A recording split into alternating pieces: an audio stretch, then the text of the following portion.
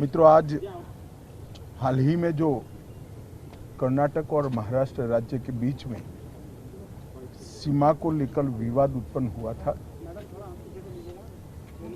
इस विवाद की समाप्ति और इसके संविधान सम्मत मार्ग के लिए मैंने महाराष्ट्र के मुख्यमंत्री, उप मुख्यमंत्री और कर्नाटक के मुख्यमंत्री, गृहमंत्री और वरिष्ठ साथियों को आज यहाँ पर बुलाया था। दोनों पक्षों के साथ भारत सरकार के गृह विभाग के ऑफिसर की उपस्थिति में बहुत अच्छे माहौल में बात हुई।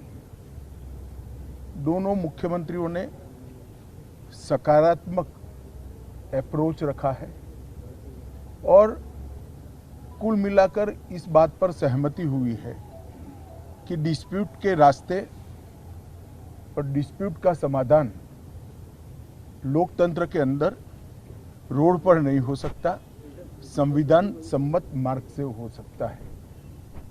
तो अतः कुछ फैसले हुए हैं जो मैं आपको बताना चाहता हूं।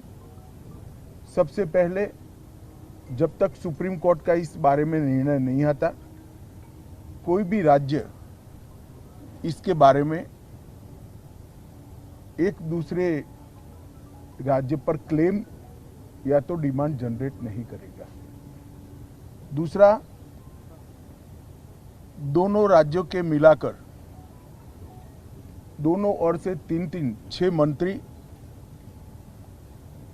बैठेंगे और इस पर डिटेल नीचे तक परकोलेशन किस प्रकार से हो, इसकी चिंता और चर्चा करेंगे। छोटे छोटे और कई मुद्दे भी हैं दो राज्यों के बीच में, जो पड़ोसी राज्यों में आमतौर पर देखे जाते हैं। ऐसे मुद्दों का निवारण भी ये 3 मंत्री दो ओर से जो है वो ही करेंगे। दोनों राज्यों में कानून और व्यवस्था की परिस्थिति ठीक रहे, अन्य भाषाभाषी आबादी को या तो यात्रियों को या व्यापारियों को किसी भी प्रकार की परेशानी न झेलनी पड़े, इसके लिए एक सीनियर आईपीएस अफसर की अध्यक्षता में दोनों राज्य कमेटी बनाने के लिए सहमत हुए हैं, जो कानून और व्यवस्था को संविधान के हिसाब से ठीक रखने में प्रयास करेंगे। जब मामलों की चर्चा भी हुई तो ये भी ध्यान में आया है कि पूरे मामले में फेक ट्विटर ने भी बहुत बड़ा रोल निभाया है।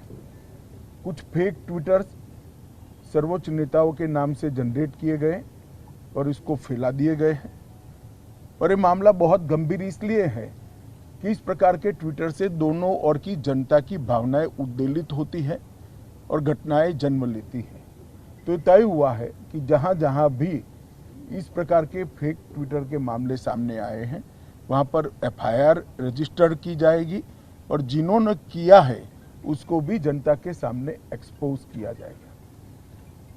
तो एक बहुत अच्छा, एक प्रकार से सर्वसम्मत निर्णय आज की बैठक में हुआ है। इसके बाद मैं दोनों राज्यों के विपक्षी पार्टियों के मित्रों को भी इस देश के गृह मंत्री नाते अपील करना चाहता हूं,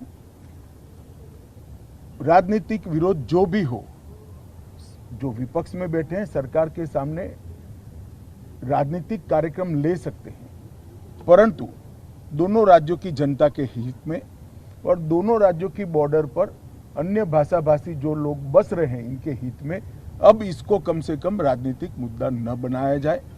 एक कमेटी जो बनी है वो कमेटी की चर्चा का आउटकम और सुप्रीम कोर्ट के फैसले का इंतजार किया जाए।